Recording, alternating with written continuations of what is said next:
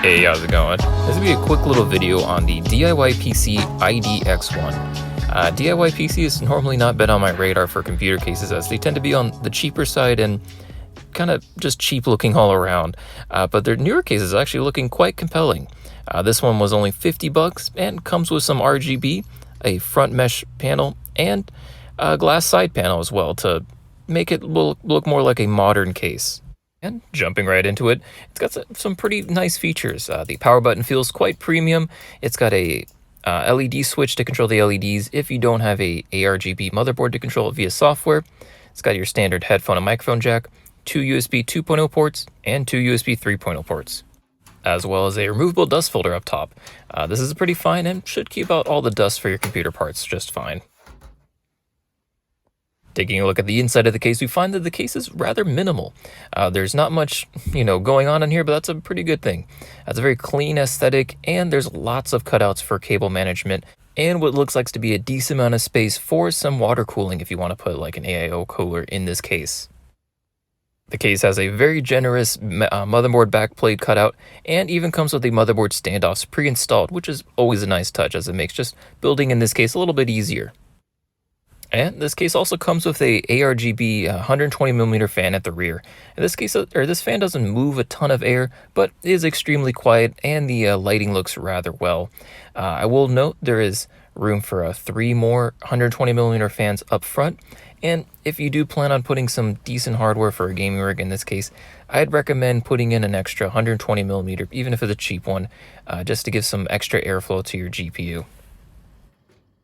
And while we're on the subject of the front panel and the lighting, I thought I'd talk about the way DIYPC is lighting up the front panel. It uses this sort of just a single LED strip and the front, this white fan filter to sort of reflect off a lot of the light to make it look more uniform and actually rather well.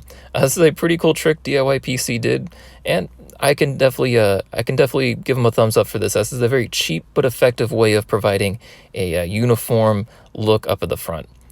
You can also take off the sort of front cover if you don't like the sort of modern angular design. If you just want a sort of colorful rectangle, or you want to open up some more space for airflow. Either way, it's super simple to take off, and I'll let you decide if this looks better or not. Taking a look at the back of the case, we find that there's a decent amount of room to build in here. There's ample amounts of room for cables, and there's a ton of cable tie-down points to make cable management actually rather easy in this case. Couple that with the generous amount of zip ties that they do provide in the box, and you have yourself a rather easy case to cable management. There's plenty of room back here for your cable, so this is actually a rather easy case to build in, I found. Back here, we also find the included RGB and fan hub, powered by SATA and connecting to your motherboard with a 3-pin 5V header, or just using the switch up top if you have an older motherboard that doesn't support that. This is an awesome inclusion to see, especially at a case that cost only $50. As far as hard drive storage goes in this case, right next to it we find a SSD caddy, which you can fit 2 2.5-inch drives on this little tray. And down below we find the 3.5-inch hard drive cage, which you can fit an additional 2 3.5-inch drives down there. I actually like this 3.5 hard drive bay. It's toolless and super easy to take off, and makes installing a hard drive actually really easy, how easily this thing is removable.